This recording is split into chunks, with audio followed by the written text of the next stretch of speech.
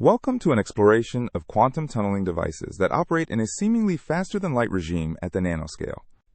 At the nanoscale, electrons can tunnel through energy barriers in devices called tunnel junctions, exhibiting the mysterious Hartman effect, where transit time barely increases with barrier thickness. Let us first understand why quantum tunneling defies classical physics intuition. In classical mechanics, a particle with insufficient kinetic energy cannot overcome a potential barrier taller than its total energy. It would simply bounce back. Here we see a classical particle approaching a potential barrier. The particle's energy E is less than the barrier height V, so classically it must be reflected. The barrier region is absolutely forbidden. When the particle energy E is less than the barrier potential V0, classical physics predicts complete reflection with zero transmission probability. However, quantum mechanics reveals a startling truth. Particles have a non-zero probability of appearing on the other side of the barrier through a process called quantum tunneling.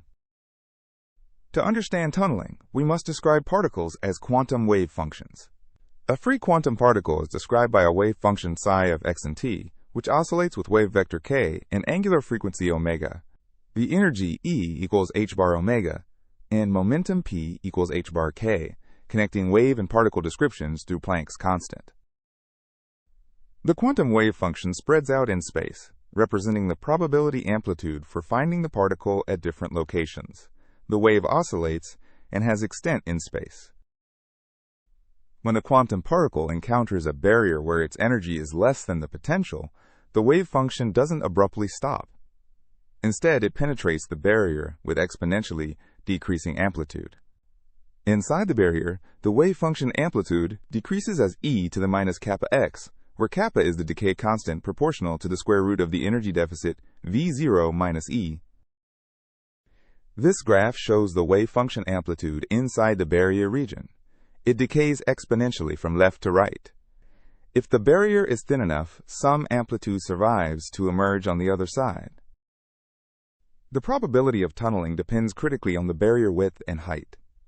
The transmission probability T approximately equals e to the minus 2 kappa d, where d is the barrier thickness.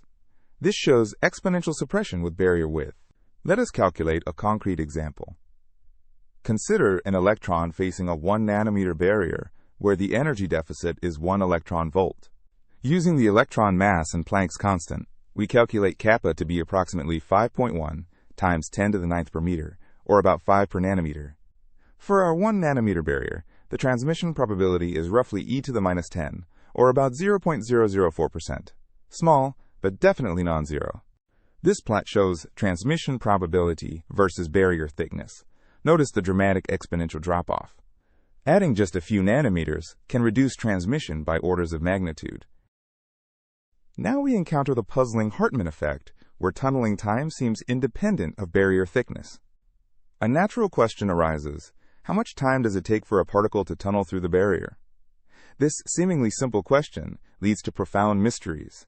Physicists define tunneling time using the phase shift method or group delay, measuring how long a wave packet takes to traverse the barrier. The tunneling time tau is defined as the derivative of phase shift phi with respect to frequency omega, representing the group delay of a wave packet.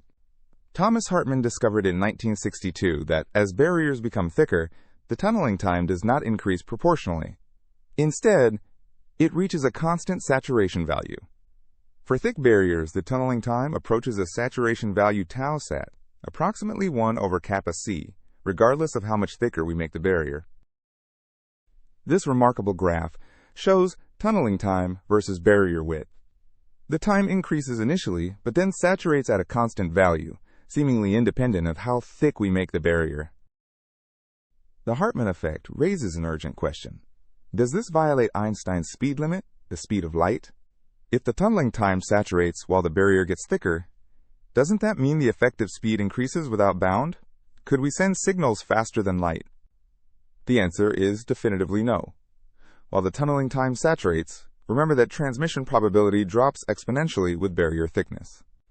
The effective velocity d over tau may approach infinity, but the transmission probability t simultaneously approaches zero exponentially fast. To detect a signal, you need measurable transmission. For thick barriers, so few particles tunnel through that no practical signal emerges before noise overwhelms it. The signal-to-noise ratio is proportional to transmission probability, which vanishes for thick barriers. Thus, no information actually propagates faster than light. The peak of a tunneling wave packet may appear to move quickly, but causality is preserved. The leading edge of the wave packet, which carries information, never exceeds the speed of light. Let us calculate actual tunneling times for realistic nanoscale tunnel junctions.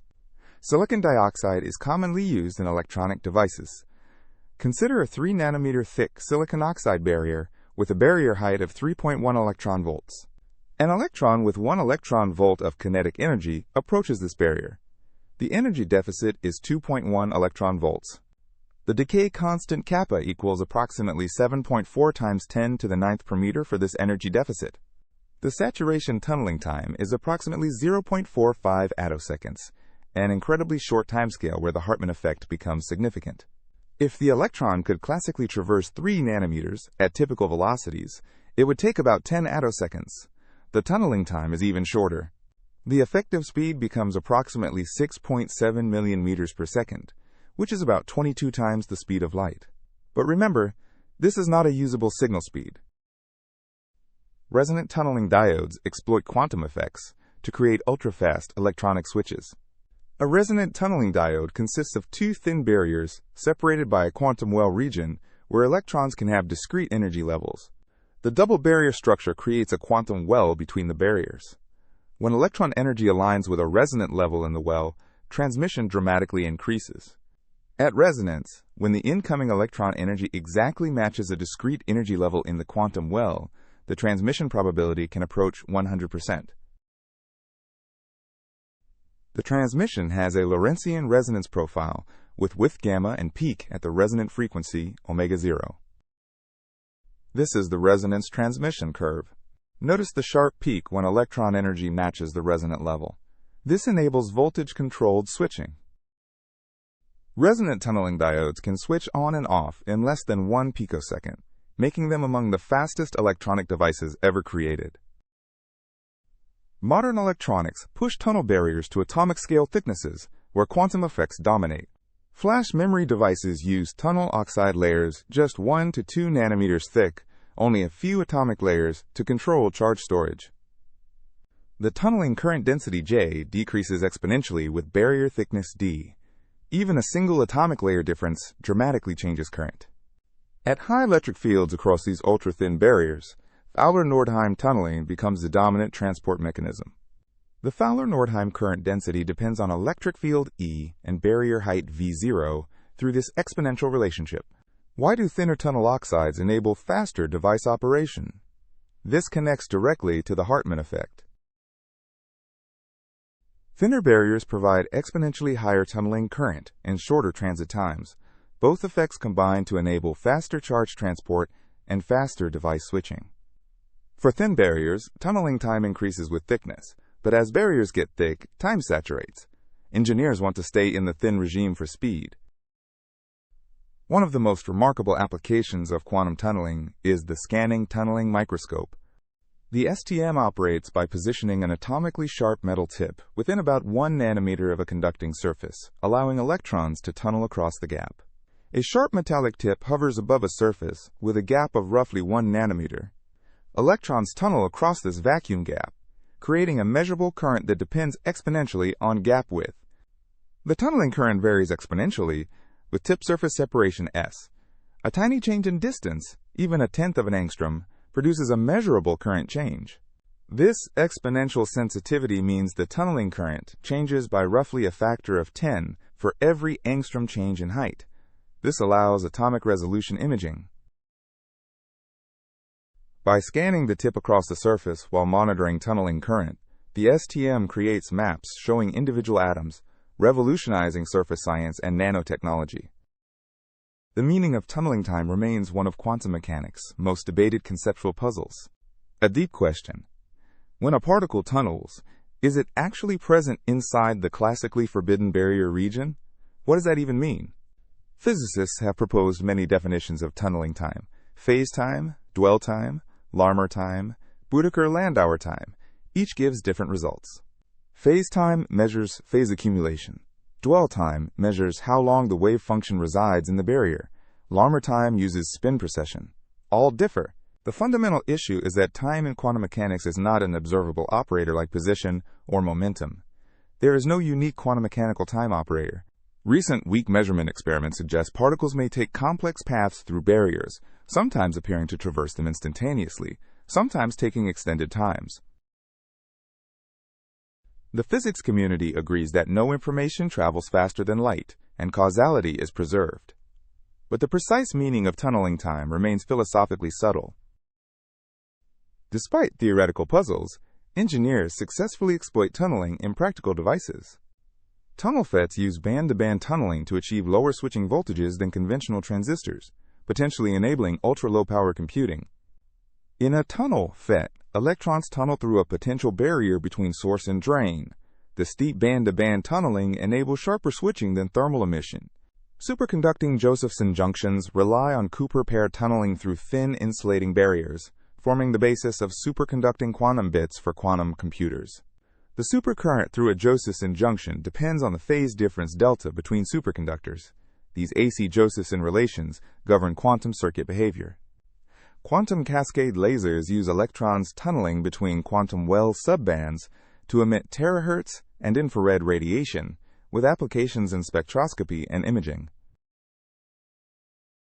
Single electron transistors control current flow one electron at a time using Coulomb blockade and tunneling through nanoscale islands, approaching fundamental quantum limits. Understanding the forbidden speed regime allows engineers to design devices operating at fundamental quantum limits. With carefully engineered ultra-thin barriers, electron tunneling can occur on timescales below 100 attoseconds, approaching the fundamental speed limits of electronic response. Maximum operating frequencies approach 1 to 10 terahertz when tunneling times reach the attosecond regime. This represents the frontier of electronic speed. This plot shows maximum frequency versus barrier thickness. The green region represents the practical design window, where tunneling is fast enough for terahertz operation, but current is still measurable. Engineers face a fundamental trade-off. Thinner barriers give faster response but lower current. Thicker barriers give more current but slower response and saturation. For most practical applications, optimal barrier thickness falls between 0.5 and 2 nanometers, balancing adequate current with attosecond scale switching speeds. Real tunneling devices operate in environments that cause quantum decoherence, affecting the forbidden speed regime. In real materials, electrons interact with lattice vibrations called phonons, crystal defects, and thermal fluctuations. These interactions destroy quantum coherence. The quantum coherence time is approximately h-bar over kBt, where T is temperature. At room temperature, this is only about 25 femtoseconds. To observe purely quantum tunneling behavior, the tunneling time must be shorter than the decoherence time. Otherwise, classical-like incoherent hopping dominates. For tunneling times of 0.1 femtoseconds, coherent tunneling persists up to about 400 Kelvin. Faster tunneling allows room temperature quantum coherence. This diagram shows a tunneling electron losing coherence as it propagates. Interactions with the environment gradually destroy the quantum phase information. Many advanced quantum devices operate at cryogenic temperatures below 4 Kelvin to preserve quantum coherence over longer timescales, enabling more complex quantum operations. How do scientists experimentally verify these ultrafast tunneling times? Attosecond laser pulses, the shortest controllable light pulses ever created, allow direct time-resolved measurements of tunneling processes. Scientists use pump probe spectroscopy, where one attosecond pulse initiates tunneling, and a second pulse probes the electron's position at different time delays. The time resolution equals wavelength over the speed of light. For extreme ultraviolet pulses of 30 nanometer wavelength, this gives roughly 100 attosecond resolution. A sharp metallic tip hovers above a surface with a gap of roughly 1 nanometer. Electrons tunnel across this vacuum gap, creating a measurable current that depends exponentially on gap width. In conclusion, quantum tunneling devices operate in a forbidden speed regime, enabling ultrafast electronic switches and opening doors to new technologies.